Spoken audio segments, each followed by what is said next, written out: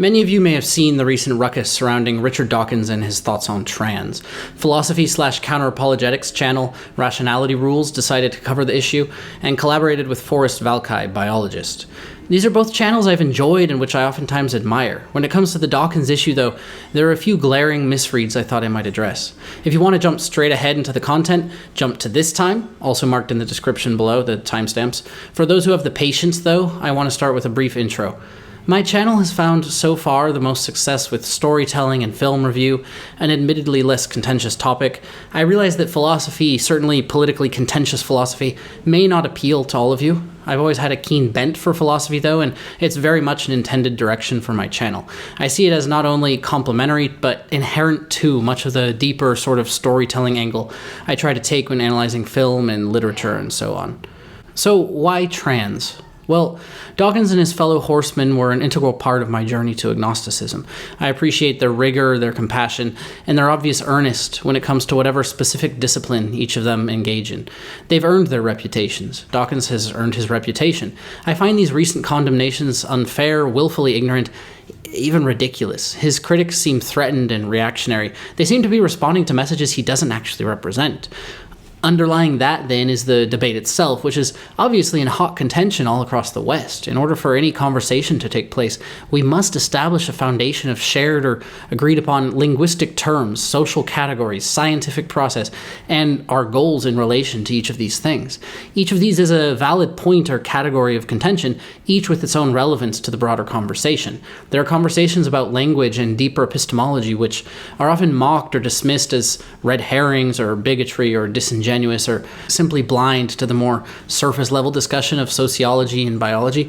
I'll say more on this at the end, but for now we must acknowledge that there are many possible points of disagreement and a sort of convergence of discussions to be had.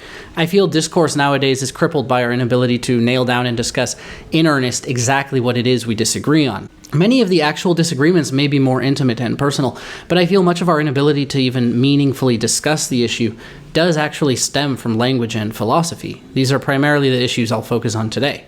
First, though, let's establish that overarching point, the goals. It comes without saying that we are engaged in discourse for the purpose of bettering humanity. Without committing myself absolutely to a sort of utilitarian consequentialism, I'd say we obviously want to construct something like the healthiest society for the maximal number of people possible. We want the conscious experience of conscious beings to be as delightfully complex, as free, as possibility-filled as the universe permits. And yet, if we're to exist as a collective, we need to have some commonality. One such commonality or common value that seems to be emerging is that we want people to be accepted for things they cannot change. So far, this seems like a very good idea. We want to oppress people as little as possible, and that means infringe as little as possible on their right to property, to information, to lifestyle, relationship, happiness. This is our goal, and it should go without saying. I don't very much like that I feel pressured to say it, but I suppose I'm just going to caveat it here because I'll probably get into more controversial stuff in the future, and it'll be nice to have this as a reference, I guess. This will probably kickstart a sort of broader series on human perception, epistemology, ethics, aesthetics. We're in a fascinating age, and there's lots to discuss. But now to Dawkins and Stephen Woodford and Forrest Valkai, which is a cool last name. I've enjoyed Stephen Woodford's content in the past. His channel was one of the first that sort of challenged me during my own transition away from religion and generally awakened in me my enjoyment of philosophy, debate, historical thinkers, and so on. So I like Stephen, I like what he does, and I have no doubt he's acting in alignment with conviction in this area. I know Forrest somewhat less, though I've enjoyed several of his videos in the past. But I'm basically going to start by going through their video and responding to it section by section. Aside from simply pointing out any inconsistencies or bad faith arguments, my responses will make appeals to several more complex philosophical arguments, which I'll detail out later in the video. These will touch on things like epistemology, subjective perception, fixed and fluid traits, how we categorize. We have to acknowledge the difference between the sorts of categorization we engage in. Some result from language, some result from individual experience and perception, some result from collective experience and perception. And then at the bottom, there's those fundamental categories that can be more directly traced to our evolved biology. Some less controversial examples of this would be the categories themselves of color, sound, temperature, day and night, land and water, hunger and starvation, and so on. Anyway, more on that later. For now, remember these four columns: linguistic, individual, collective, and evolved, or biological. Now, of course, these two are somewhat fuzzy categories, with overlap on the fringes and lots of philosophical implications. But we do have to start somewhere. In this video, I'm going to make the argument that even from what seems to be the least exclusionary view, categories must still correlate with some external feature which must be perceived and agreed upon in order for a category to be discussed. No matter how far we go from first principles or fundamental biology, categories must by definition be exclusionary, and they must be described in relation to externally or concretely described features. It is a very odd phenomenon because I'm used to Continua wherever I look. I mean, there's tall versus short, fat versus thin, old versus young. All these things are a smooth continuum. The one thing that isn't is sex. I mean, sex really is binary. There's no question about it. You're either male or female, and it's absolutely clear. You can do it on gamete size. You can do it on chromosomes. And so it is, to me, as a biologist, distinctly weird that people can simply declare, I am a woman, though I have a penis. That seems to me to be a strange distortion of language, because language is... Forrest's response. It strikes me as odd for a couple of reasons. Number one, he's explaining the reality of biology. There are continua everywhere. There's really, there's nothing that you can put into a solid box. Everything is fuzzy. Everything is gray. And he's like, except for this one thing, though. This one thing it has to be this way. And he's backing that up using the categories that we created. And that just, I'm sorry, that's just not good enough. And then he continues by saying language is really important for expressing yourself clearly. Yes, I agree. That's why this nuance here is so important, because it's very difficult to express yourself clearly when you only have these two very narrow parochial boxes to work with. You don't get the kind of diversity and the nuance and the interesting nature of language out of that. So he's literally describing how biology works and how language works and how important they are, and then refusing to use that same framework for this one thing. And that's so weird. It is weird. I mean, one of the criticisms I have here is that if you're going to perform what's known as an inner critique, so if you're going to criticize someone's view, you have to do it from their perspective. And yeah, what concerns me, Okay, he's not saying except for this one thing has to be this way.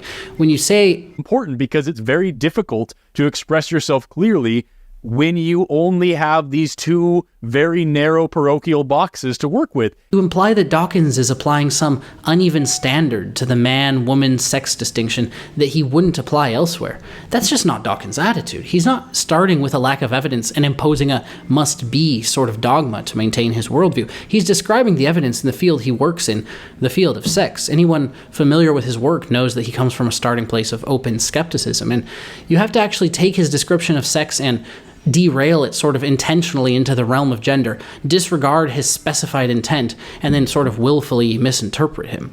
I'm not going to go into epistemology and such yet, particularly not here where it comes to biology, because I'm not a biologist, and I'm sure when it comes to sex, Forrest can argue with more empirical nuance than I can. I'm not trying to make empirical arguments here, though, at least not within the realm of biology. I'm going to focus on the philosophy, on the manner in which we perceive the world and interact with it in a meaningful way. We'll find the perception isn't tangential to or downstream of interaction. The perception, I will argue, is not only preconditional, but an inherent part of the process itself of interacting. How we perceive not only determines how we interact, it is how we interact. Our experience of meaning in this world is determined by how we perceive. This actually aligns with a lot of the modern, postmodern deconstructionist sort of Derrida, gender theory type of philosophies. I will be so bold, though, to just comment that even in Forrest's area of biology, of all the categories humans perceive, sex seems like one of the most binary. It's tied so fundamentally to reproduction. It is reproduction. It's more deeply coded in us than any perception, for example, even of language, planets, math, love, friendship, fatherhood, motherhood. Sex is deeper than them all. If you're going to dismiss it as an invalid category, you're going to dismiss many, many non-biological perceptual categories. And when it comes to the biological, sex has been reproduction, certainly human reproduction. In humans, chromosomes play a determining role. There are turtles whose sex is determined by temperature as they incubate. There are other animals, even more bizarre, but in order for offspring to be viable, we do combine two gamete types, sperm and egg, and those together form the sequence for a new being capable of its own reproduction. Now, mutation is all over the place, sure, and boundaries are fuzzy, and when genetic mutation acts upon phenotype, we can get mixed features, even features that completely reverse the genotype, but they're acting atop this genotype, and this genotype, Dawkins's realm, determines which gametes the being produces, and these gametes are either viable or not viable. In the case of humans, with how we have evolved, these gametes are described as male and female, and when it comes to referring to the humans themselves rather than the genes or zygotes or sexual organs, when it comes to the humans, the words we've evolved to use are man and woman. This is clearly what Dawkins means when he says sex. He's not even really commenting on gender theory, and he's very clear about this. So you'll have to prove that his sex-based, fixed trait, innate characteristic, whatever, taxonomy, represents not only an invalid perspective, but a bigoted perspective. And given the entire field of biology, human perception, human linguistics, reproduction, well, these things are the way they are for reasons. Dawkins has a pretty solid case. Now, you can perhaps argue that we need to amend our understanding of the category for the sake of utility or even accuracy, but we do need these categories. I'll argue here that we don't just use them because they are more useful than others, though that in and of itself would be a strong argument, in my opinion. But I won't merely argue that. I'll argue that categorization is perception. Perception, categorization, subjectivity, these are not caused by or reflective of our structure as human beings. These are in many ways our structure or are inherent to it. To use something like a taxonomy is to perceive it, and to perceive something as a thing is by nature to categorize it. I'll get into epistemology and categorization later, essentially the question of how do we perceive and what bearing or lack thereof do these perceptions have on truth claims, on scientific conversation, on sociological conversation, and so on. It comes down to a lot of linguistic stuff, which is Dawkins' clear and stated point. So that's where I'm going to focus. It just seems to be that biological competence or not, Forrest's reading was bad faith and honestly somewhat dismissive of who Dawkins has shown himself to be, as Forrest himself says, for decades. I don't think this is because Dawkins misspoke, and I don't think it's because he's just ignoring, as Forrest says, the changes of the times. I think his focus is narrow and finely articulated. It's on language, so fundamental to any discussion, whether on trans, on sex, on anything, language. So let's see where they agree. And then he continues by saying, language is really important for expressing yourself clearly. Yes, I agree. That's why this nuance here is so important, because it's very difficult to express yourself clearly when you only have these two very narrow parochial boxes to work with. They agree on the distinction between the question of binary and the question of language. Again, Dawkins seems concerned with language. He seems to be suggesting that we need to preserve the binary interpretation of the words man and woman. I'm a biologist, and what I really object to is the subversion of language, talking about a woman's penis, for example. I mean, that is just playing around, playing fast and loose with the English language. And I'm a biologist who needs to talk about sex and the difference between male and female, which is absolutely clear. It's one of the very few binaries we actually have in biology. I think that messing around with the English language and, well, any language for that matter, but I happen to speak English, is a subversion, a perversion of clarity of thought, clarity of speech for political ends. Is it also, in your mind, a problem to separate biological sex and gender expression? Do you have an issue, language aside, is that a concern to you? I am not particularly bothered if somebody wants to present themselves as the opposite of the sex that they are.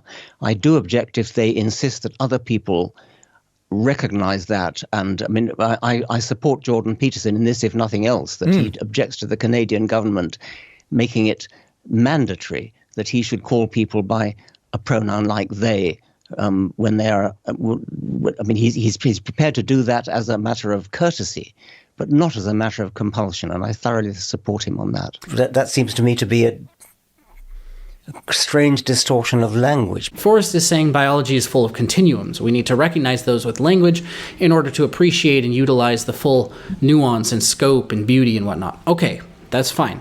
But man and woman are two words, just two. Dawkins is using them in the way we've always used them. He's using them very clearly to refer to sex characteristics as they pertain to his field, the field of biology, not sociology. As he talks about continuums in biology, Forrest makes this shift to gender rather than just sex. He overlays the two and conflates them, which is just what Dawkins is concerned about. And he's backing that up using the categories that we created. And that just, I'm sorry, that's just not good enough. And then he continues by saying language is really important for expressing yourself clearly. Yes, I agree.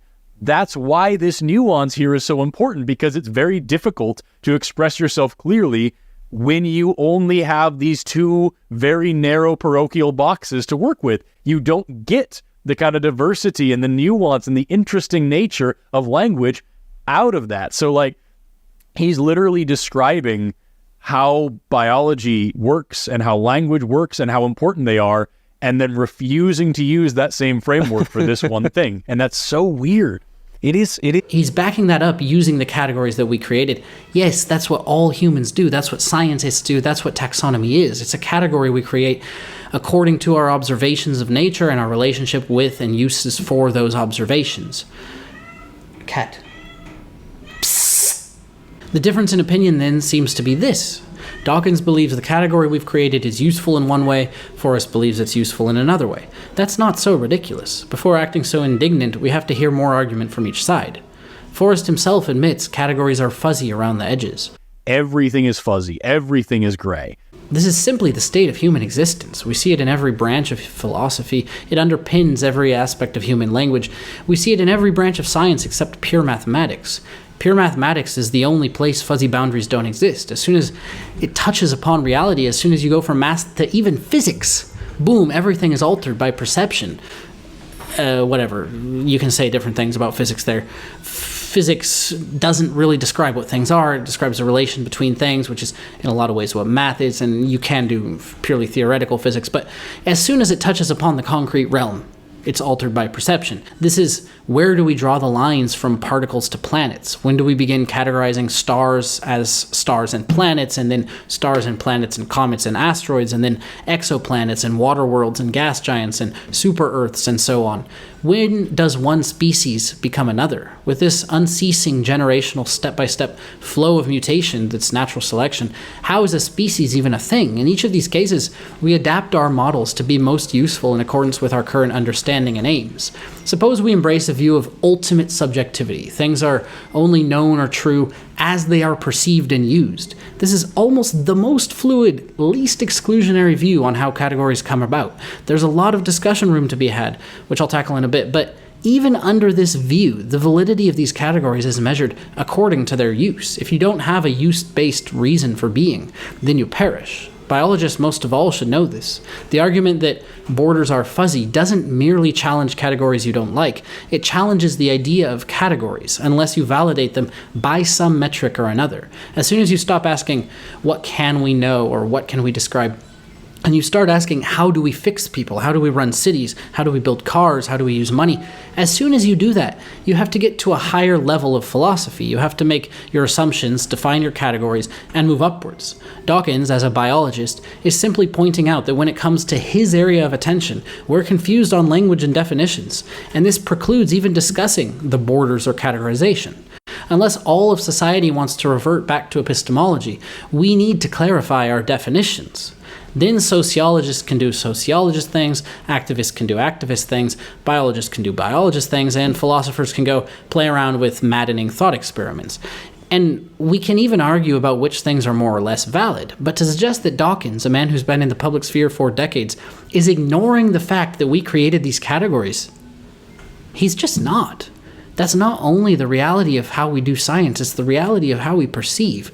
We could ask Forrest, what's a sociologist? What's a biologist? What's a human individual? What's the human race? Is Forrest going to point out that the human category itself is fuzzy, that it's impossible to say whether a species actually becomes a species, that there are over 120 definitions of life itself? Ought we just throw out all these categories simply because we're recognizing more complexity in nature? It's very difficult with these two parochial boxes, so yes, okay. What are you proposing, though? The boxes man and woman are corrupt? Do you want to abolish them, or do you want people to be able to identify as whichever they like? Do you want society to accept that the words should be associated more with roles and expectations and external or fluid trappings rather than some hard-fixed trait? It's important to distinguish what you're proposing, because right now I suspect Dawkins would point out that it's unclear whether you're frustrated with gender, sex, or the linguistic conflation of them, or the conceptual conflation of them. It's weird. I mean, one of the criticisms I have here is that if you're going to perform what's known as an inner critique, so if you're going to criticize someone's view, you have to do it from their perspective. And yeah, what concerns me, or I don't really understand what Richard's doing here, is that I see no effort from Richard to do this.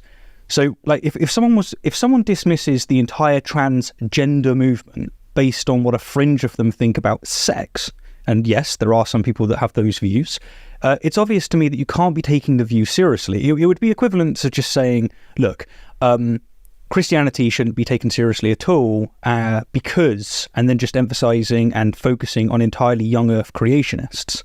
It's just, even if it is the case that the fringe views got it wrong, like, you've got to deal with the main frame, and he doesn't seem to have any inclination, or there's just nothing there where he's dealing with gender as a separated concept. He's just like, right. But if you're going to critique someone's view, you've got to take their position and show where their position has problems, not impose your view on it.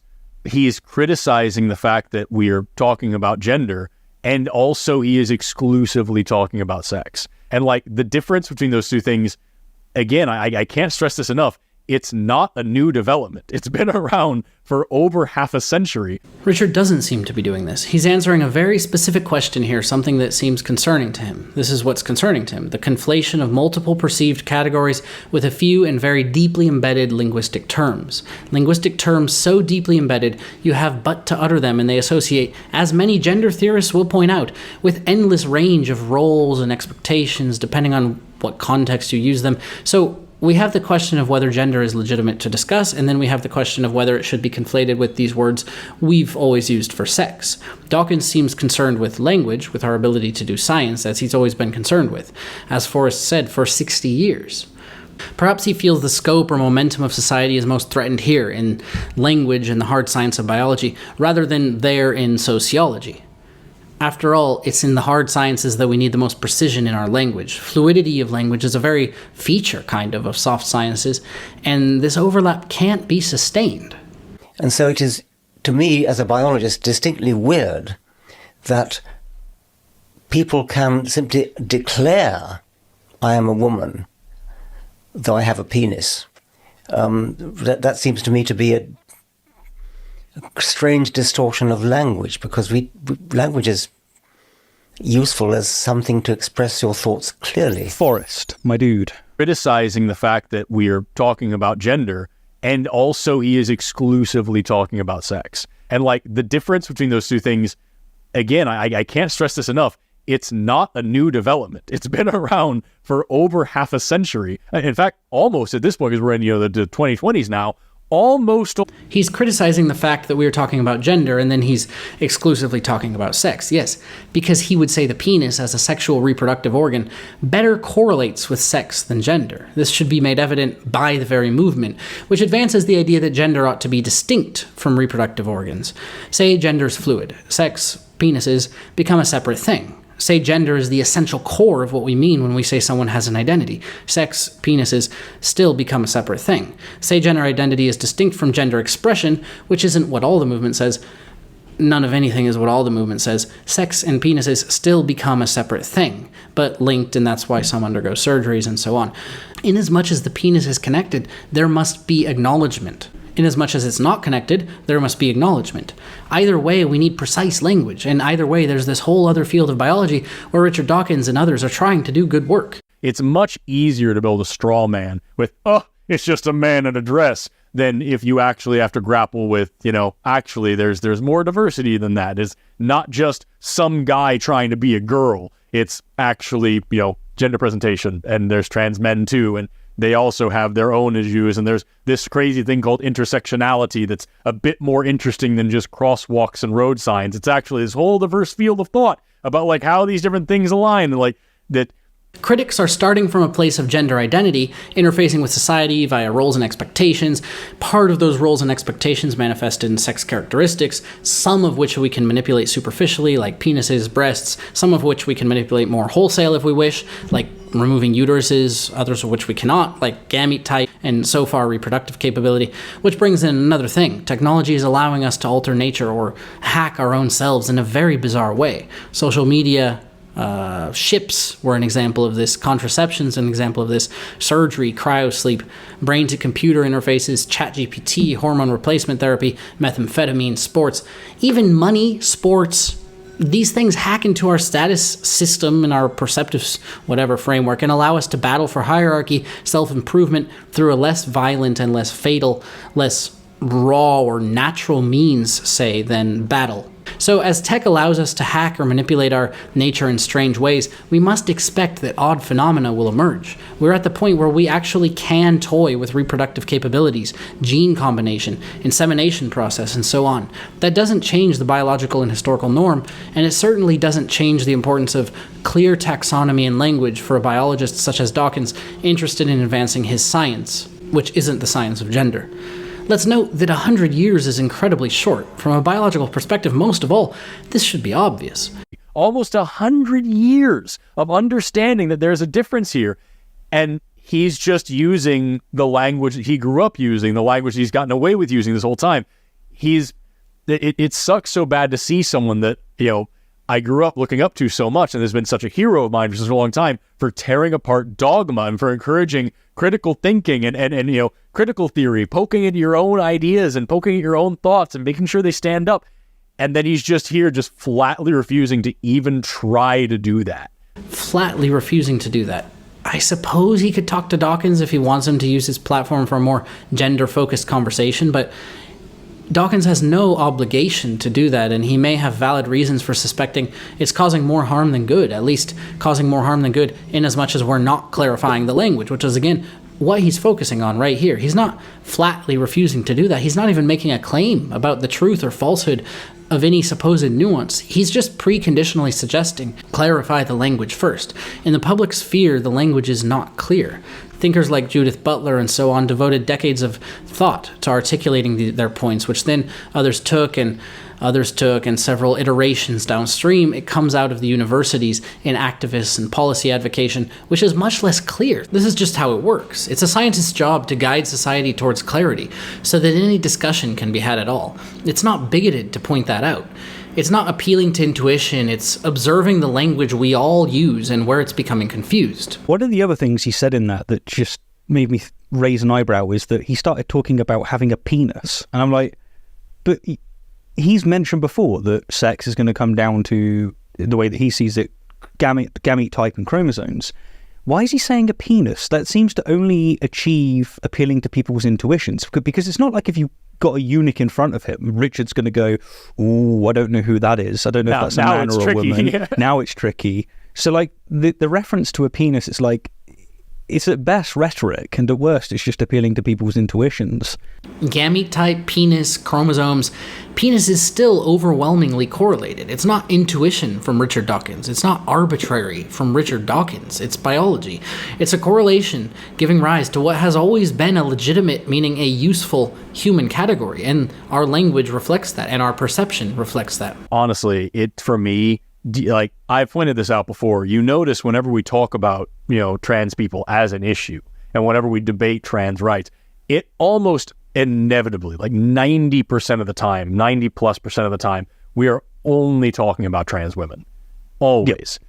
And for me, I see that just because this is the opportunity for mixing homophobia and sexism into the diarrhea martini called transphobia. And like that's what I see here. Is it's much easier to build a straw man with, it's just a man in a dress, than if you actually have to grapple with, actually there's more diversity than that. It's not just some guy trying to be a girl. It's actually, gender presentation, and there's trans men too, and they also have their own issues, and there's this crazy thing called intersectionality that's a bit more interesting than just crosswalks and road signs. It's actually this whole diverse field of thought about how these different things align, and No. He's distinguishing between gender presentation and sexuality. That's his point. Forrest is just talking about something here that's clearly much more connected to his sensitivities than Dawkins is. Reproductively speaking, I suspect it is one of the most binary things we see in human nature. I think the way to just picking on trans women like that is a way to avoid any kind of deeper thought and just appeal to hate. Yes, the famous Richard Dawkins bigots, the religious fundamentalists, the anti-humanists, the reactionaries, those with no respect for the skepticism or the scientific process. I broadly agree, I really do. I think that that's correct. But another factor that comes to my mind, because it is an interesting phenomenon where it's why is it always trans women that are being, emphasized on? And I think that part of it is that every protected category we have is basically for women, as in female, and because wait a minute, is basically for women, as in female, is basically for women, as in female. This is a good point, important. It doesn't contradict Dawkins's point, probably actually confirms it. It's seen as a threat that men can fit that category or invade that category. That's why they focus on the female and the women's league, etc., the women's category. We didn't create that. We derived it from nature, self-evident, emerging from reality and reproduction and survival. And yes, as we complexify and overlay base nature with abstraction after abstractions, we see these new things emerge. We also get all sorts of scientific nuance wow, we are actually animals. We're mammals. We have DNA like them. We descend from primates. We are primates. We share these brain features. When did we become a new species? What is a species? What is a chromosome? What about anomalies? Well, there are anomalies, but those are anomalies. Anomalies are anomalies because they are fringe, because of use and how use or survival fitness has shaped our perception evolutionarily. Again, I'm not as biologically astute as Forrest, but these sorts of scientists, which are confronted so constantly with questions of taxonomy and categorization, should be more and not less cognizant of how absolutely necessary taxonomy is for meaningful discussion, research, for the transfer of information that we seek whenever we hypothesize, experiment, and develop our theories. I'm a biologist, and what I really object to is the subversion of language. Talking about a woman's penis, for example. I mean, that is just playing around, playing fast and loose with the English language. And I'm a biologist who needs to talk about sex and the difference between male and female, which is absolutely clear. It's one of the very few binaries we actually have in biology. I think that messing around with the English language and, any language for that matter, but I happen to speak English, is a subversion, a perversion of clarity of thought, clarity of speech for political ends. He could speak at length on the penis thing and all the nuance, but he's simply observing that it is, in the end, a simple matter so deeply rooted in our history and survival, we should acknowledge that. The word man has meant this, functionally, truthfully, for a long time. If we're going to develop new things, even Forrest himself admits only 100 years, and overlay them in our language and collective psyche, we need to acknowledge what's going on. As someone who is staunchly feminist myself, I see the attempt to try to boil women down to their organs or their chromosomes or their ability to reproduce as grossly anti-feminist. Yeah. It's like calling a woman just a thing that gives birth. This sort of thing is tough. First of all, that's definitely not what Dawkins is doing. But on a deeper level, what exactly is our aim here? Feminism started as a celebration of feminine traits, of the feminine.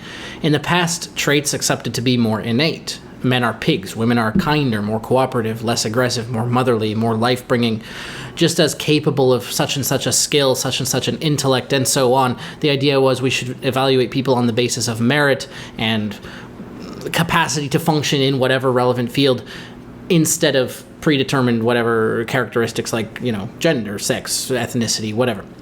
There are a category of traits which are simply human, neither male nor female. Then there are traits which are uniquely female. This was feminism. Now it's shifted through the years, and yes, we have more scientific understanding. We understand that women are, of course, so much more than genitalia and childbearing.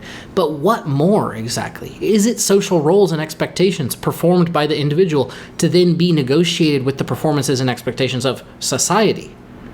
Is it something innate and fixed, irrespective of society's perception?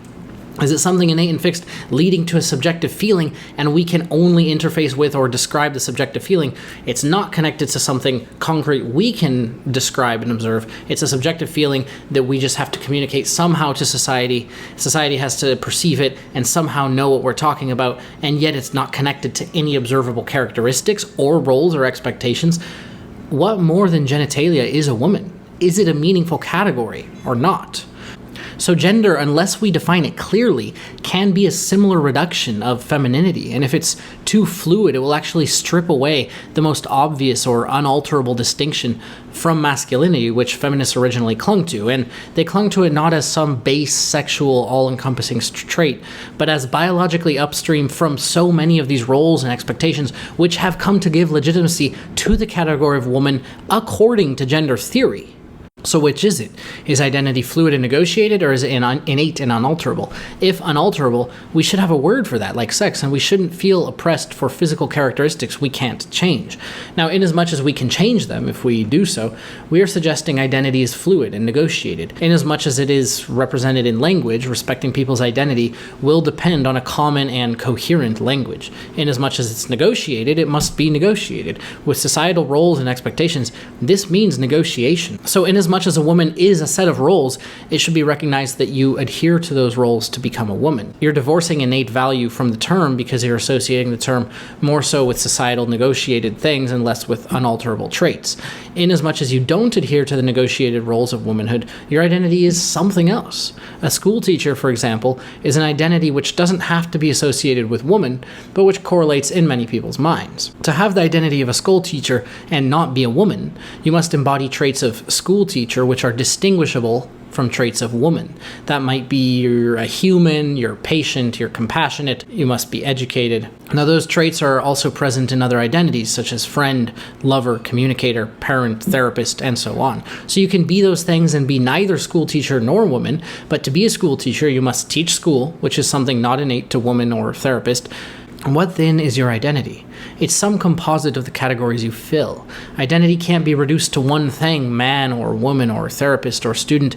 It is a composite, a network of associated roles and innate characteristics which lead to greater or lesser expression of those roles. If someone doesn't fill the role of a schoolteacher, if they say run around and kick a ball into a net, they're not a schoolteacher. We don't have to respect their insistence that they are, not because we don't respect their identity, but because they're using the language wrong. If they believe that kicking a ball into a net is what embodies schoolteacher, then they're simply mistaken. We're going to experience lots of confusion until we either resolve the linguistic point or grant that there's something about the identity schoolteacher which should be perceived in kicking a ball into a net. Perhaps they're a coach, perhaps they're PE teachers training students to do it. Things change depending on the context.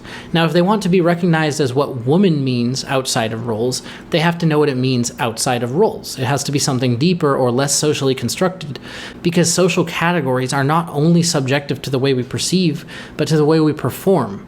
We perform them and construct them in this interconnected, self-perpetuating, malleable process.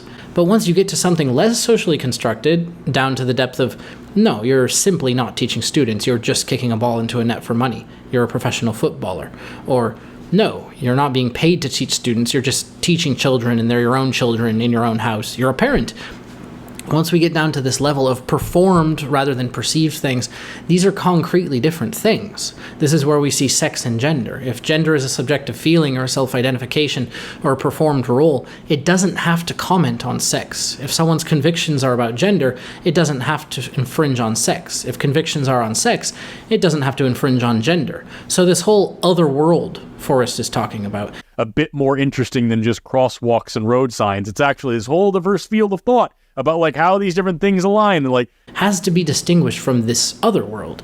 I'm a biologist who needs to talk about sex. Dawkins is pointing this out. Ironically integral to Forrest's insistence upon nuance is Dawkins' insistence on distinction. You don't get nuance without distinction. You don't get identity without distinction. Inasmuch as we want to relate fluidly to our identity is going to be subject to fluid interpretation by others.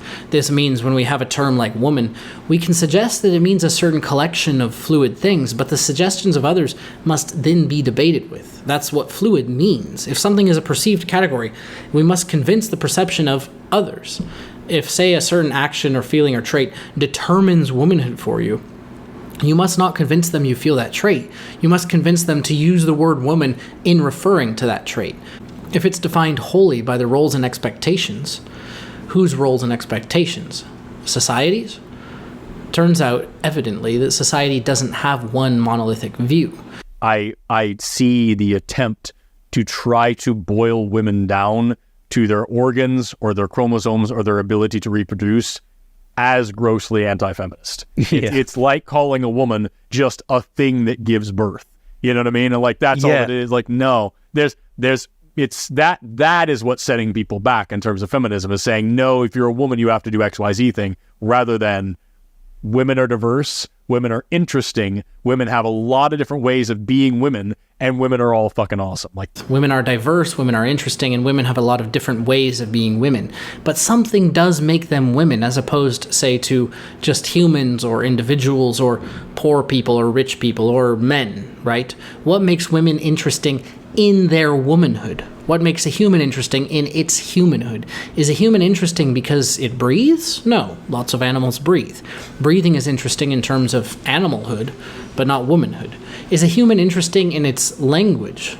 There we go. That's something human. So what makes a woman interesting in her womanhood?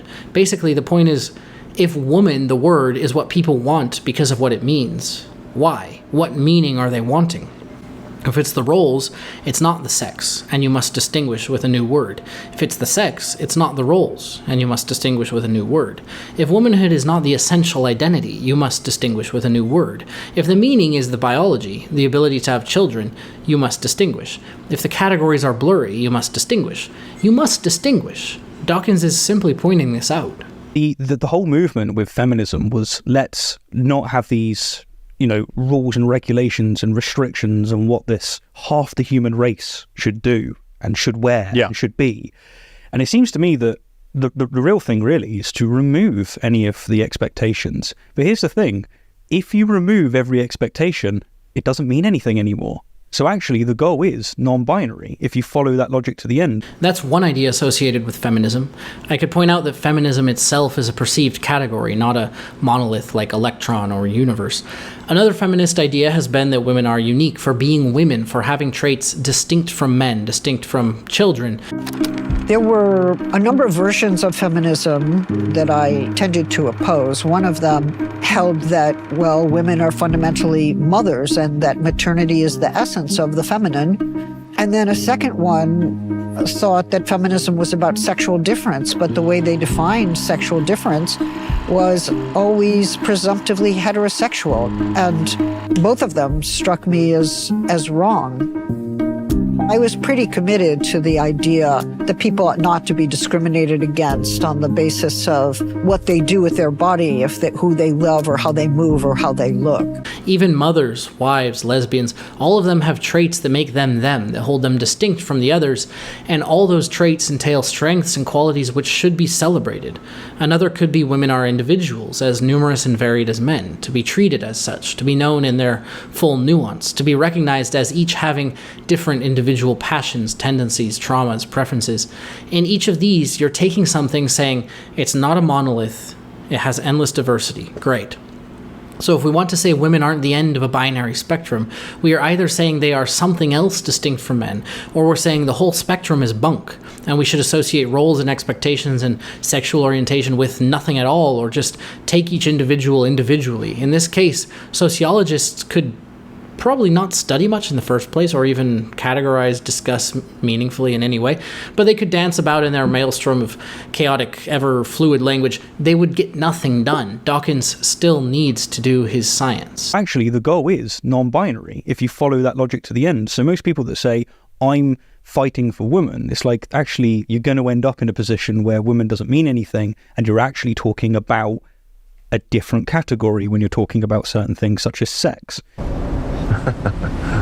Very good. Yes, exactly. Sex is a category, a useful and meaningful category. Now you can consider it central or accidental, inconsequential. The fact that this biological sex word man corresponds with or confirms a vast proportion of human experience. Saying we should remove every expectation is fine, philosophically, I suppose. We can then discuss. It's also incredibly easy, though. It's like saying we shouldn't judge, or I believe in tolerance, or love everyone. It's almost the single moral opinion you can voice without countering someone else's beliefs in some concrete way, and so on. About a different category when you're talking about certain things such as sex. But it seems that Richard wants to conflate the two, and so there's no room for this kind of development. This second clip is of Richard Dawkins being interviewed on the Trigonometry podcast, and it follows Konstantin Kisin expressing worry about scientists not being able to express or at least exercise free speech. What examples are you thinking of where scientists are not allowed to?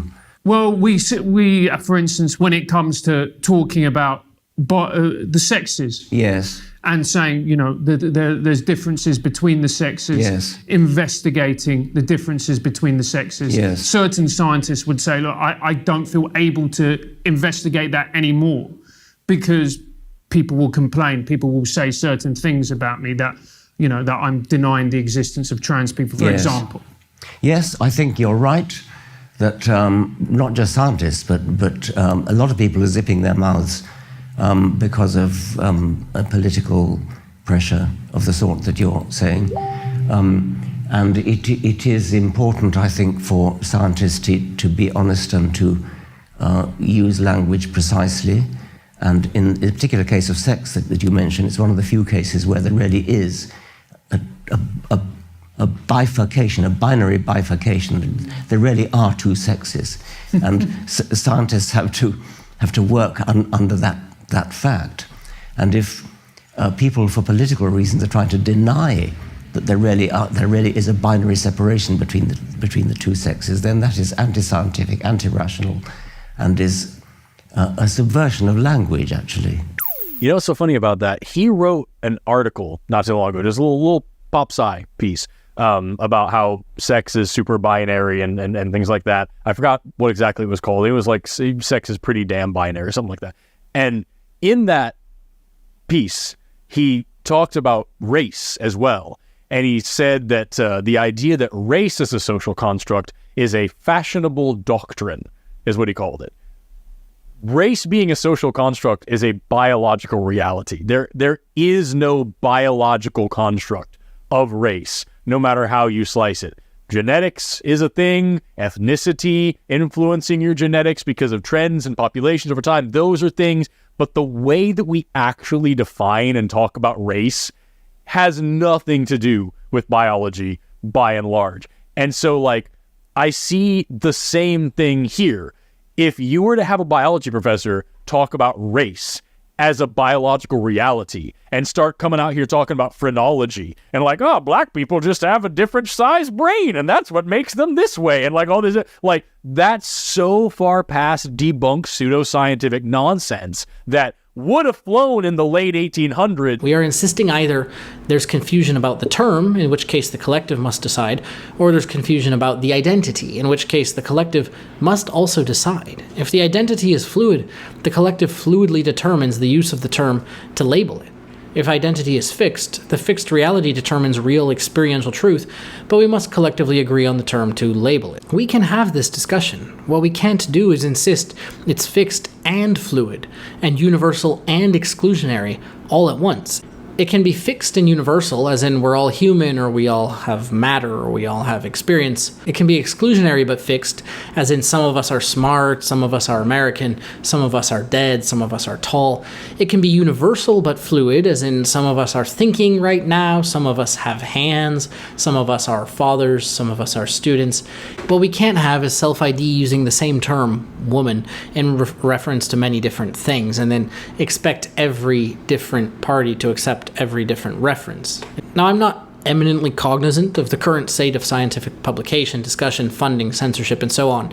As far as I'm individually aware, there is more censorship going on than there ought to be. The scientific process ought to be one of rationalism, skepticism, the withholding of personal sentiment from the process of hypothesis, experimentation. And Dawkins feels this is going on. I'm inclined, from the little I know, to agree. It's an understandable reaction in this age of over-information, echo chamber algorithms, over-polarization, politicization, big tech. A subversion of language, actually. You know what's so funny about that? He wrote an article not too long ago, just a little pop-sci piece, about how sex is super binary and things like that. I forgot what exactly it was called. It was like sex is pretty damn binary or something like that. And in that piece, he talked about race as well.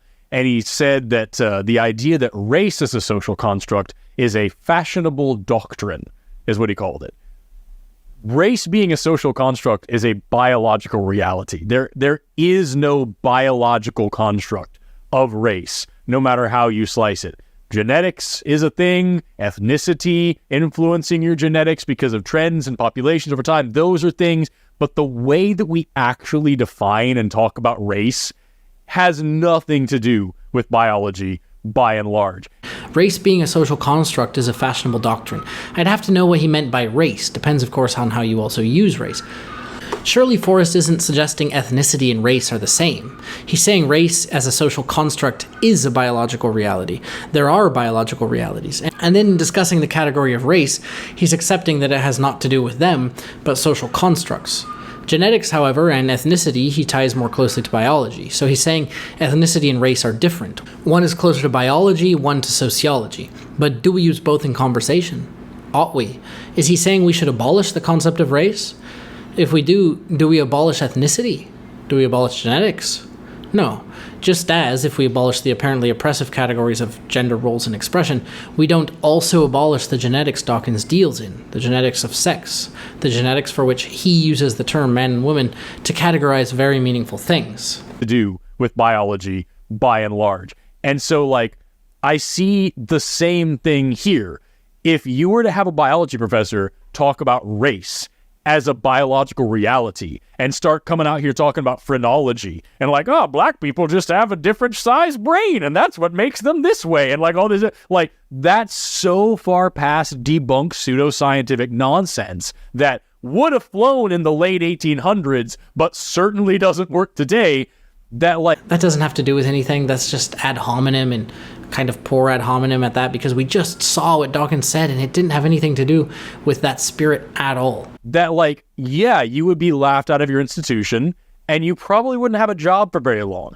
So here he has this idea of sex and gender, and he's treating it the same way, just as this popular fashionable doctrine that we're all just kind of sticking to this crazy new idea, and you can't say it anymore. You can't say that there's just two sexes anymore. You can't say dude, say what you want to say. Say no one's stopping you. No one's holding you back. Say something. And if the evidence doesn't work with it, if the scientific community is disagreeing with you, then you will have a problem. This isn't some culture war. Just science is progressing. You either keep up with it or you get left behind. Don't promote this weird sex phrenology this way. I don't get how this comparison he's making, he's being oppressed by not being able to talk about this. This is so disingenuous. It doesn't respond to what Dawkins is suggesting at all. You may disagree with him that this is going on, but provide evidence, counter his opinion with something substantial. Don't just say, oh, keep up, weird sex phrenology. You can say what you want and you'll either be right or wrong.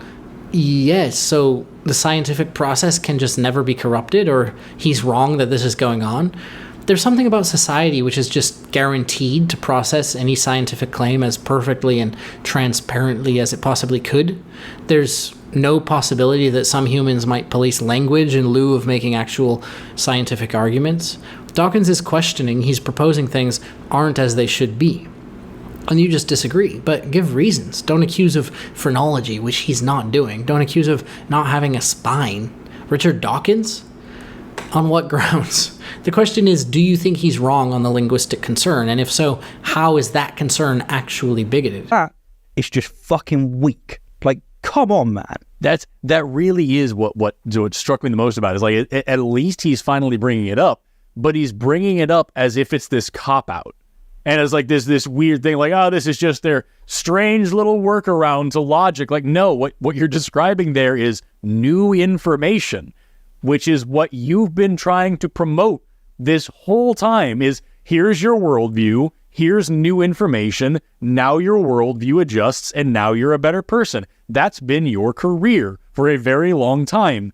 And like now, it's like, here's my worldview. They have this new information, but that's all just ideology, and I'm not going to buy it. And it's like, it would be different if this was like a fringe group of people coming out here and saying, like, I think sex and gender might be different. It's great. And then we could grapple with it as like, whether they're right or wrong, they're just kind of this fringe group, and we're seeing if we need to take them seriously or not. This is like mainstream contemporary literature. This is something that everybody in the field agrees on. If they're abiding by professional standards, their professional community, through the scientific method and peer review and such, will prove them wrong. Do you think Dawkins wouldn't accept this? No. He's saying the process isn't even allowed to take place properly. What happens in the public sphere is people should be dinged for talking when they don't know what they're talking about or when they're being confusing. Like saying men can have periods too, but pointing out women as a sex whose gender identity is men. This incoherence should be noted, proven, and dismissed. Or we should contend with the language problem. How should Dawkins be dismissed? How is he being confusing? Make an argument. Don't just say he's wrong about what's going on in the scientific sphere and that therefore he's bigoted. Science is the process of unraveling our former assumptions. Science is, as Harari says, based on not knowing. Science, actually, is based on ignorance. Science is an invention that created modern science. Was not a discovery of any piece of knowledge in geography or astronomy, Copernicus or Darwin, no. The big scientific revolution which launched modern science was a discovery of ignorance. For thousands of years, people thought they know everything. That some holy book or some holy person or whatever, they know everything. We don't need to learn anything new, we know everything. And science began with when some humans admitted we don't know everything. There is no book in the world which has all the answers. There is no person in the world that knows everything. And now that we have the courage and honesty to admit our ignorance, now we can start investigating. And that's science. Scientific breakthrough is almost by definition heretical. But yeah, when we push the fringes of what we know, when we challenge assumptions, when we reach out and grasp at hazy patterns in the very periphery of understanding, these are the moments we can go astray.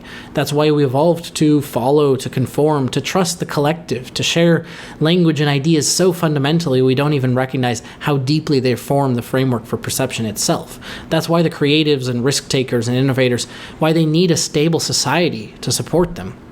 That's why we can only do these things in a state of surplus when we don't need to scrabble around in the dirt to survive. That's why innovation is exponential. The majority of heretical ideas will crash and burn, but the ones that take off will be language, the printing press, the steam engine, nuclear, contraception, digital, internet, antimatter, and so on. They revolutionize society. Science depends on speaking truly, but speaking truly in a context of checks and balances, rational review, the scientific process. Cancellation is not this. Of respect and what your audience is going to tolerate and who's going to continue listening to you versus the kind of people that you're going to attract that you may not have wanted in the first place. That's all part of being an influencer and being a public intellectual and being, a celebrity. This is something that you and I as YouTubers have to be cognizant of all the time. This dude's been doing this job for so much longer than us. Yes, he's been doing this so much longer, indeed. It blows my mind that he's having such a hard time with the most fundamental part of our career. That this is something that he has to shy away from and hide. No, you just have to decide whether the social capital is worth paying for the shitty thing that you want to say. The most fundamental part is not telling people things they want to hear or which will confirm their desires. The most fundamental part is seeking truth, in his case, seeking it through science rather than dogma. The public opinion divorced from truth, from skeptical rationality, is the very dogma science ought to be dedicated to dismantling. We need to acknowledge that with big tech, censorship can go awry, as censorship was even able to go awry way back in the day of Einstein, Bohr, Galileo, and further back. I have to say that I'm actually somewhat not surprised that he's acting this way on this topic. And the reason is this. When I got into atheism, I read The God Delusion and, I read his works, and he does actually respond to some philosophical arguments. It was only after learning a bit more about philosophy that I learned that there was a theist that criticized him, saying, reading Richard Dawkins talk about philosophy is like reading a creationist talk about evolution. Okay, I've jumped around a bit here and I've cut some bits and I'm going to repeat a section or two because there's sort of a certain progression I'm following in this video, Forrest's line of thought, I suppose, and responding to it with regards to Dawkins himself, defending Dawkins, pointing out where Dawkins is actually focused. And then, I know I'm skipping over some bits of Stevens and I'm going to kind of loop back to them when I get to the philosophy section and do a more comprehensive sort of presentation on my thoughts on categorization, taxonomy, how we perceive and stuff like that. So you may notice some cuts, you may notice some loops. I still just need to figure out generally for my channel how I feel about doing sort of long React content or whatever, where you just kind of listen to a podcast and give your thoughts, Destiny or Vosh style. It seems very good. If you're contributing something meaningful, it seems very good. Destiny's good at that. But on the other hand, it can feel kind of lazy, and I just wanted to respond to the points I saw as pertinent or important here, but I know it can seem kind of weird because I've omitted arguments of theirs which could completely destroy my arguments and Dawkins. So, watch their video if you want, if you need to see the gaps and stuff. Otherwise, I try to give a good, honest take and just focus on what's important. Right, so this final clip that we're going to take a look at is from Peter Boghossian's podcast, and we're treated to a few religious analogies from Dawkins. It's a bit of a lengthy clip, but since this is a main talking point that he's expressed on multiple interviews, I do think that this is worth responding to. We seem to have exchanged one form of superstitious religiosity for another. Yeah. And the analogy goes pretty deep. I think John McWhirter pointed out that there's a strong relationship between original sin in the Christian religion. Oh, that was me pointed that out. You pointed 2014, it out, yeah. Okay. That was my article with James Lindsay. Privilege is the original sin, but go ahead. Good for you. Yeah. So original sin being, we're all born in sin. We all inherit the sin of Adam. Right. We white people inherit the sin of slavery and colonialism. And because we're white, we have to feel guilty for what not necessarily our ancestors, but people of the same color as us in past centuries did. So that's one analogy.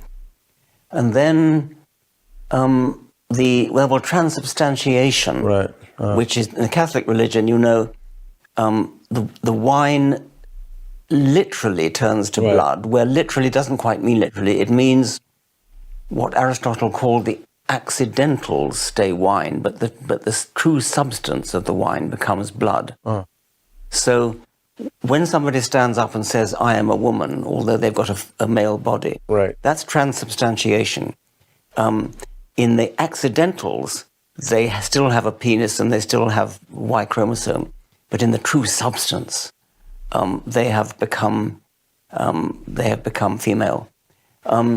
So that's where the word transubstantiation comes from, the transubstance. Yeah.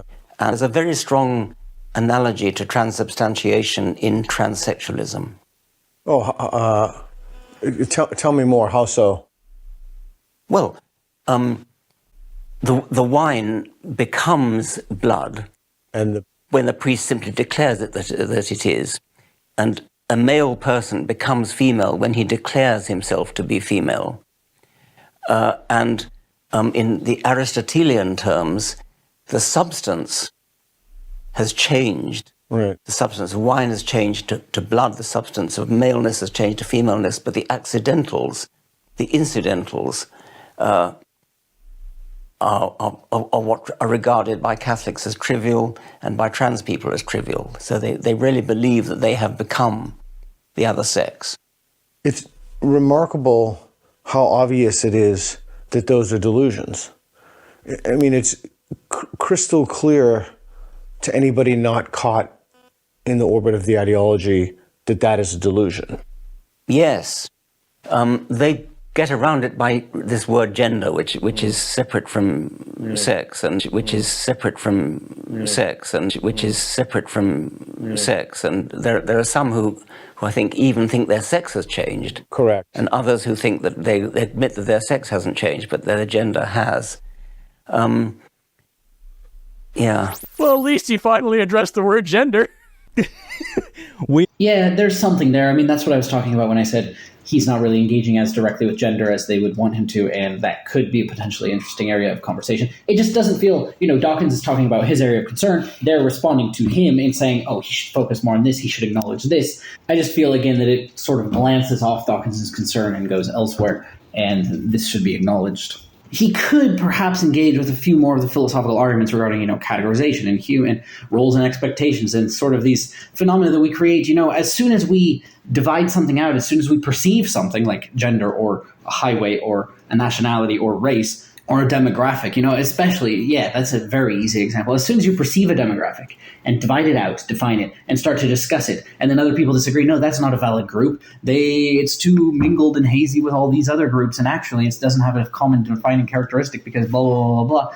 And, you start to have this debate, does this group exist? And then as soon as you start to do these things, you are creating the group. There's a lot of philosophers, especially sociologists, who talk about this sort of thing, where you perceive something, you prescribe it, you begin to discuss and define, and you start to, as Judith Butler is saying, sort of perform at the same time as you embody, at the same time as you receive and perceive and imbibe a category. You are kind of manifesting and evolving it, and it's this kind of ongoing cyclical process, which can very much be based on fluid, subjective, internal perceptions, but at the same time must be connected to reality in some very exclusionary way, inevitably.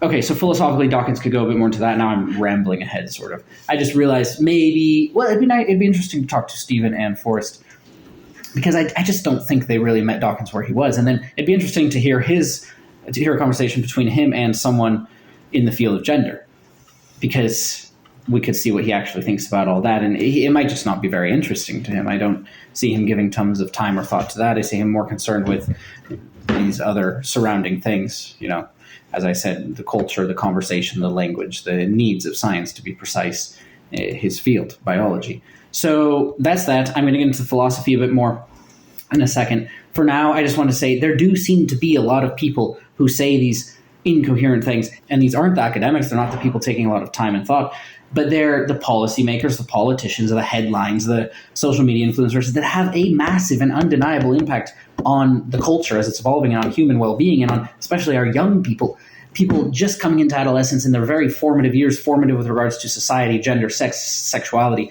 all that stuff. This is a very, very important thing to discuss and to do carefully, and social media is a new and terrifying machine. And we see this phenomenon all over the place, where the academics feel they are misquoted. Headlines are being written, policies are being enacted in the Twitter sphere, and culture is changing at such a rapid, uncontrollable rate, which does not reflect true methodical views, approaches, peer-reviewed progress that's being made in the scientific fields. It's kind of cascades down and becomes distorted in this wild, uncontrollable way. That's very dangerous. And I think Dawkins is probably concerned about that. I don't know if he actually needs to have any opinions on gender for Forrest and Stephen to just be misguided here. They just seem pretty misguided in what he's even talking about. That didn't make any sense, but anyway. And people say it, or at least they seem to be. A vast majority of people seem to say things that dance in and out of that, depending on the context of the conversation. Then there's a smaller proportion of people that actually do believe it, and we do need clearer language, regardless of what people believe. The claim that's made by Catholics is that the essence, the wine itself, literally changes. Magic. God. It changes. The essence changes from wine to the blood of Jesus. And it's the accidentals that look like it's still wine, but it's actually not. The taste, the accidentals, the flavor, being the molecules and the flavor and all the other things. Exactly. So actually the essence has changed. It's went from wine, it's no longer wine. It is not at all wine. The essence has changed. And yet the exact opposite is the claim that's made by trans people. They grow up, they find out who they are, and they go, I figured out what my essence is. Let's say that I'm a male and transitioning to a woman. I would say, I figured out who I am, and I'm a woman. I live up to the social construct of a woman. I live up to whatever definition you want of a woman. I'm telling you what my essence is and what it aligns with and who I am. What I'm doing is not changing my essence. What I'm doing, if anything, is I'm actually changing my accidentals to fit my essence. So what is the woman? What is the essence? So what I'm doing is I'm growing my hair long, I'm taking hormones, I'm doing things like that to fit the accidentals. So Richard has just got this completely backwards. That is such a fucking incredible point, honestly, because like that's something that like trans activists are very vocal about. I didn't decide that I'm a woman. I discovered that I am. I didn't just wake up one day and decide to be a man and stop wearing clothes. I realized that I am a man. I came to terms with the fact that I am a man. And it's why, you know, people talk about, you know, they don't want to use the word born male or born female. They prefer the term assigned male or female, male or female, male or female. They thought I was this, turns out I was that. If woman, the word, is what people want because of what it means, why? What meaning are they wanting? If it's the roles, it's not the sex, and you must distinguish with a new word. If it's the sex, it's not the roles, and you must distinguish with a new word. If womanhood is not the essential identity, you must distinguish with a new word. If the meaning is the biology, the ability to have children, you must distinguish. If the categories are blurry, you must distinguish. You must distinguish. Dawkins is simply pointing this out. They thought I was this, turns out I was that. What are they telling the world? They're telling the world they perceive something different than it. Dawkins' point is, why are they using the sex word man if other people perceive gender? Or why are they using gender if other people perceive sex? How is identity tied to gender if gender is fluid? How is gender fluid if it's tied to concrete essence? Is identity concrete and thus a man and woman concrete? Or is identity alterable and thus we need different words for Dawkins's concrete field of expertise? And that's such an important distinction to make. And so that's a phenomenal point. I really appreciate you bringing that up, because that's exactly how it should be seen. This person was always a man. So what is the woman? What is the essence? Their phenotype disagreed. What is the essence? The doctor disagreed. What is the essence? Their parents might not have understood. They were always a man. What is the essence? They learned about it later, and then they're going to tell the world about it. And that's just so much more realistic and so much more poetic. Again, if everybody was saying the things that Dawkins was saying here, I would also disagree with them.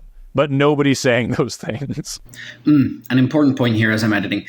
That just doesn't generally seem to be how human psychology works. We could hope, we could insist, we could, if you really go down into the depths and you study your worldview and confront challenge and confront the masses and hold to your convictions. If you have done some work, perhaps you can be confident that, for example, you would not have been a Nazi, that you would not be a slaveholder at any point in history, under any circumstances, in any sort of society. But that's just generally not how the trends go. That's generally not how we work. We have our norms that are greatly informed and structured externally by the times, by need, by the circumstances. And then we sort of work over top those to try to develop our worldview and convictions, values, virtues of our time, of our lives, in our individual circumstances.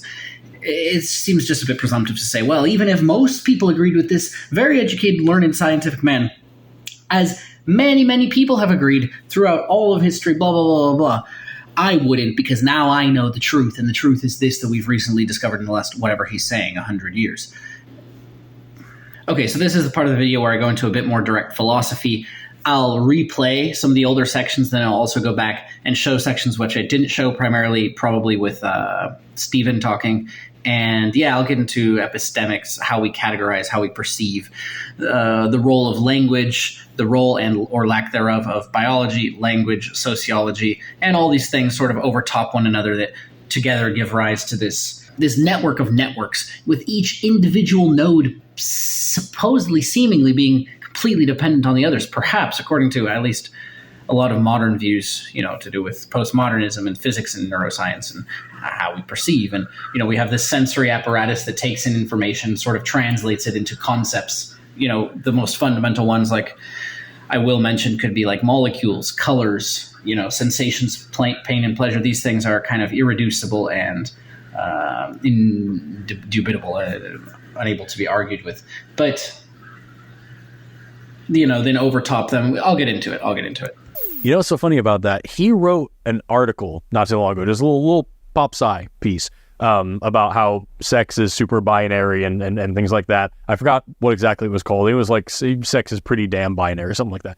And in that piece, he talked about race as well.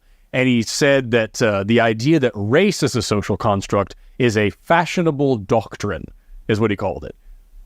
Race being a social construct is a biological reality. There is no biological construct of race, no matter how you slice it. Genetics is a thing, ethnicity, influencing your genetics because of trends and populations over time, those are things, but the way that we actually define and talk about race has nothing to do with biology by and large. And so, like, I see the same thing here. But the reproductive system, in as much as it produces our species, is a relevant category, isn't it? Now, that doesn't mean I would say a barren woman or a woman who hasn't had children yet or a woman whose children died. I wouldn't say she's not a woman. But by saying she's still a woman, I'm committing myself to a certain collection of traits which I must then define.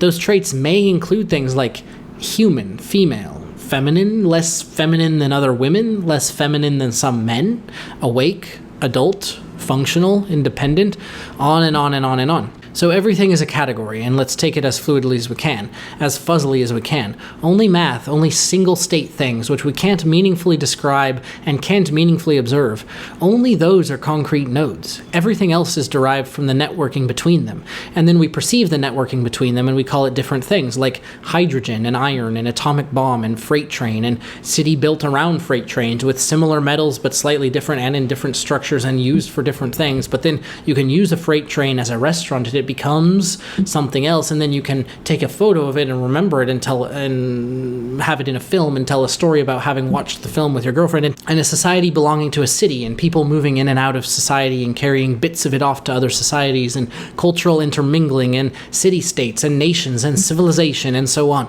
This is what categorization is all about. It's the medium by which human perception arises, the structure by which it's embodied. So we look at a mother, say, and she seems to be a network of countless nodes, like adulthood and humanhood and aliveness and womanhood, and she has a child. Boom, she's a mother. But upon closer inspection, we will see that each of these nodes are not truly nodes, but networks in and of themselves. Adulthood is itself quite fuzzy. Humanhood is itself quite fuzzy, though we don't consider it so nowadays because the human-imposed construct of speciation works on such vast and unintuitive timescales. Similarly, motherhood is quite fuzzy. Is a woman a mother before her daughter is born? Is she a mother only if she cares for her daughter after her daughter is born? Is she a mother when her daughter is conceived? What if she means to care for her daughter but does more harm than good? What if her daughter dies at some point? What if she doesn't realize she has a daughter? What if she adopts? What if she adopts an alien? What if she adopts a dog? What if her daughter reaches adulthood and moves out of the house? What if her daughter runs away before reaching adulthood, flies off in a spaceship, joins another civilization? What if her daughter uploads her mind into a computer and reintegrates with the mother's brain via brain-to-computer interface? What if her daughter doesn't want her? What if her daughter teaches her more than she teaches her daughter? What if we find a way to combine only elements of the mother's DNA, say the elements which determine intelligence, and we combine them with elements from another woman which determine eye color?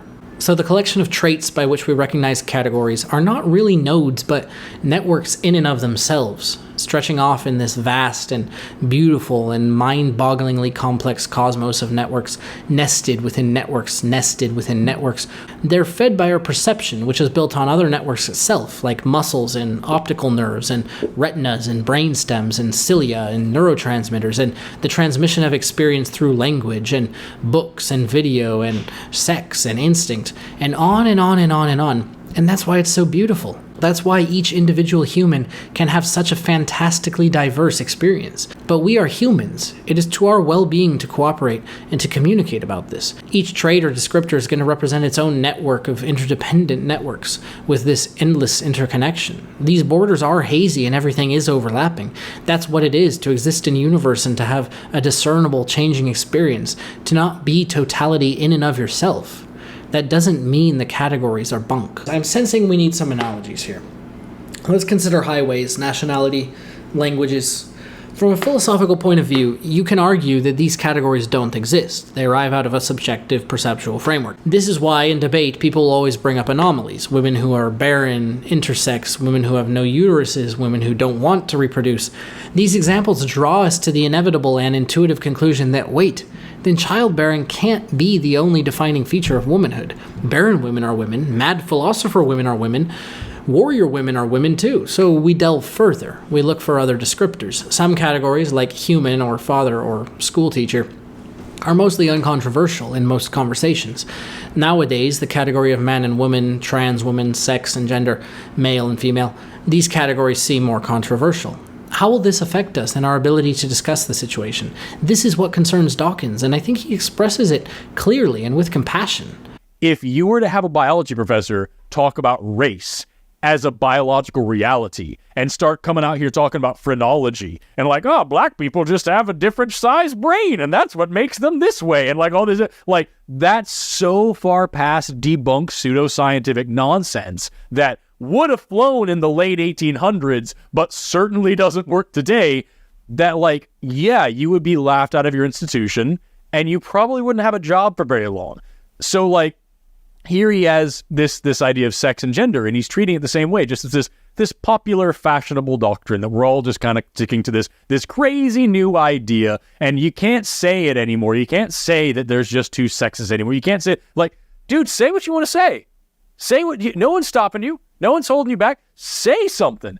And if the evidence doesn't work with it, if the scientific community is disagreeing with you, then you will have a problem. This isn't some culture war, just science is progressing. You either keep up with it or you get left behind.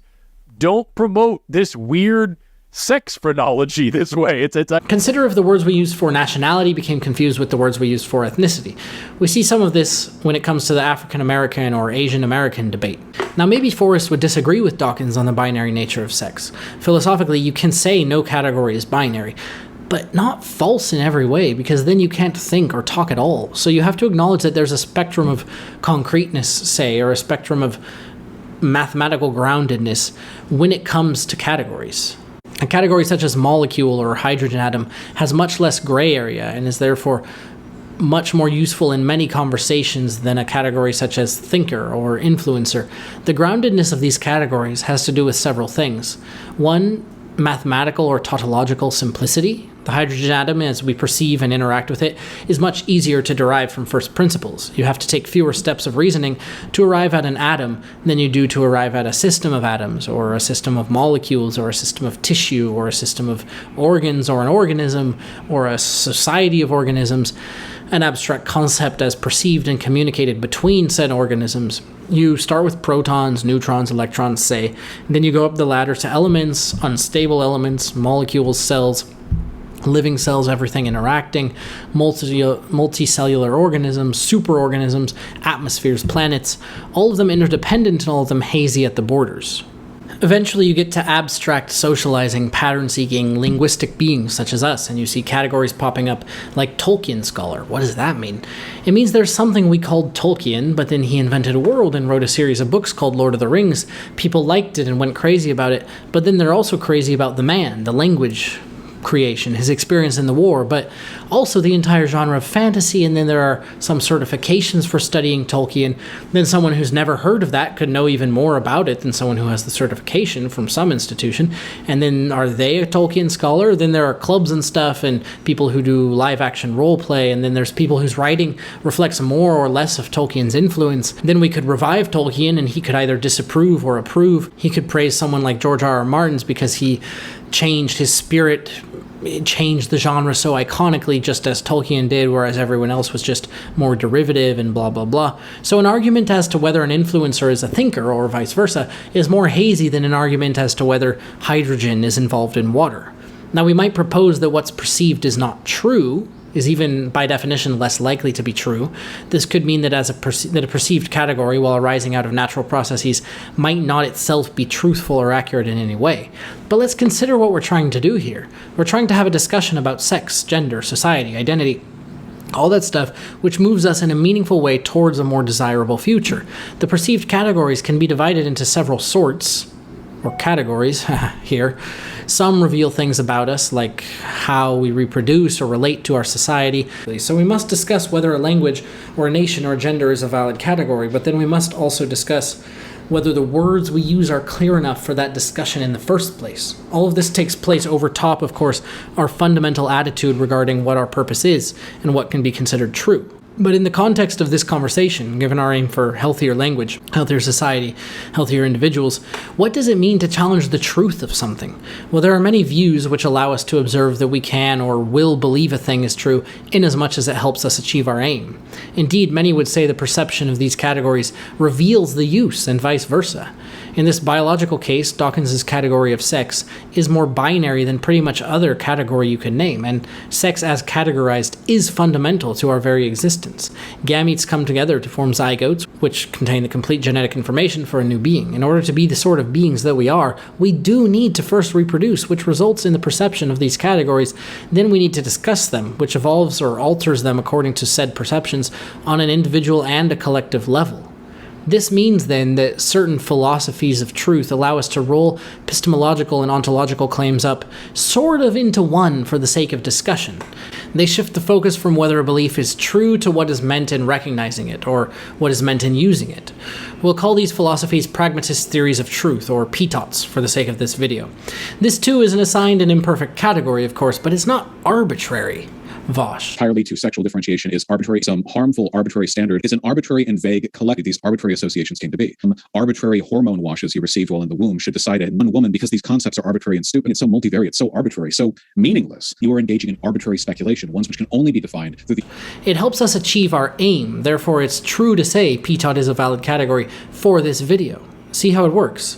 There might be other categories, but it would be impractical to list them all. There might be other conceptions of other categories, but I've specified what I mean here, so it would be impractical to caveat and list them all. There are other meanings of the acronym PTOT, like physical and occupational therapy.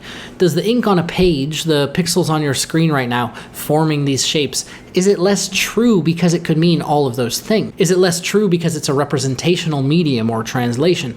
There are theories of truth which wouldn't be considered pragmatist, but which would still apply to my arguments in this context. And this is the entire point from the pragmatist theory of truth perspective. To perceive or know a thing, in other words, is to confirm its existence as a valid category. But then to use it to your ends is to confirm its relative value as a category. We are discussing these categories in accordance with whatever our aims are. In this case, they're to make a better society, get along, maximize our potential. So do the categories exist? Well, does biology exist? We could have an entire series claiming philosophy of science is an illegitimate category, or biology should really be distinguished, divided into things like psychology, physiology, neuroscience. But wait, we have those. Okay, then psychology is invalid. It should be divided into evolutionary psychology, developmental psychology, behavioral psychology, but we have those too, and so on. In each case, we're discussing what's useful to our aims. What I don't like in this video is Forrest's obstinate insistence that Dawkins' aim seems to be ignoring, dismissing, or otherwise acting bigoted towards the entire discussion. Forrest is suggesting a difference in aim, a difference in perspective, generating, in his opinion, harmful consequences. Dawkins, on the other hand, seems to be suggesting a linguistic difference, prohibiting our ability to reach that aim or to discuss what's even valid and what's not about various aspects of this movement. On top of that, then, Dawkins also does seem to be suggesting that the words man and woman ought to remain more firmly fixed to their traditional binary categories. But this isn't bigoted. The proof is in the pudding of our language. If we're going to change it, it's going to require argument which doesn't conflate sex and gender, doesn't conflate the terms man and woman with the concepts, and doesn't disingenuously confuse Dawkins' clear and sensible concern for something bigoted. Deterministically, we got here for reasons. Natural selection. Natural selection also led to rape and murder and cannibalism. So we don't want those. But the reasons for murder and the reasons we build norms against it are legitimate parts of our biology, psychology, sociology. Naturally, then, it's also because of our biology that we have and correctly judge concepts like rape, cannibalism, slavery as undesirable, as wrong. Are farmer ants enslaving aphids? Are female jumping spiders cannibalizing their mates? Can fireflies consent to sex? What about trees and creeper vines? Why do we consider a human rape different than a creeper vine choking a tree to death? So you see, there aren't reasons to dismiss every category except that which is directly derived from mathematical or fundamental reality. We just have to have the discussion. Let's presume sex is a complete social construct, somehow more divorced from fundamental reality than gender. Look at religion. We have genuine reason to discuss virtue, good, bad, preference, faith, salvation, forgiveness, all those things. Now we can believe that religion is an unhealthy construct, but the category in and of itself must be distinct from those other things we want to discuss. For the very conversation to take place, say, between atheism and religion, we have to recognize that they are different than the virtue they both seek. For the conversation to take place regarding fixed traits and fluid traits, social construct and fixed nature, we have to recognize that they are separate from the identity they both seek. Is gender an emergent social category? And if so, is it the essential, vital thing? Is sex constructed? And if so, is it unessential or somehow a corruption of the essential thing? We can have this conversation. That's fine. Stephen and Forrest can suggest that Dawkins should apply more thought to this conversation, to where specifically we should go with these words, with these concepts. But that's what Dawkins is doing. It is important, I think, for scientists to be honest and to use language precisely. And in the particular case of sex that you mentioned, it's one of the few cases where there really is a bifurcation, a binary bifurcation. There really are two sexes, and scientists have to work under that fact. And if people, for political reasons, are trying to deny that there really is a binary separation between the two sexes, then that is anti-scientific, anti-rational, and is a subversion of language, actually. He's simply pointing out the confusion, which is already something most public voices don't do, and he's saying man and woman have always meant this, so if that's what people mean when they insist man can become woman and woman can become man, they are wrong, and that's a biological distinction. That's his field, biology. Now, we are saying natal men or cis men or masculine-presenting natal males. We can do this with language, but, well, it becomes somewhat inefficient, and the more we argue for these new terms, we are arguing for a distortion of what man has always meant. Yet again, we must acknowledge what we are doing. Are we arguing for a distortion of perception? An abolition of perception? A new language, simply, for perception? Are we trying to distinguish sex and gender, or are we arguing that they overlap in a manner previously unrecognizable, or are we arguing that they're invalid categories completely?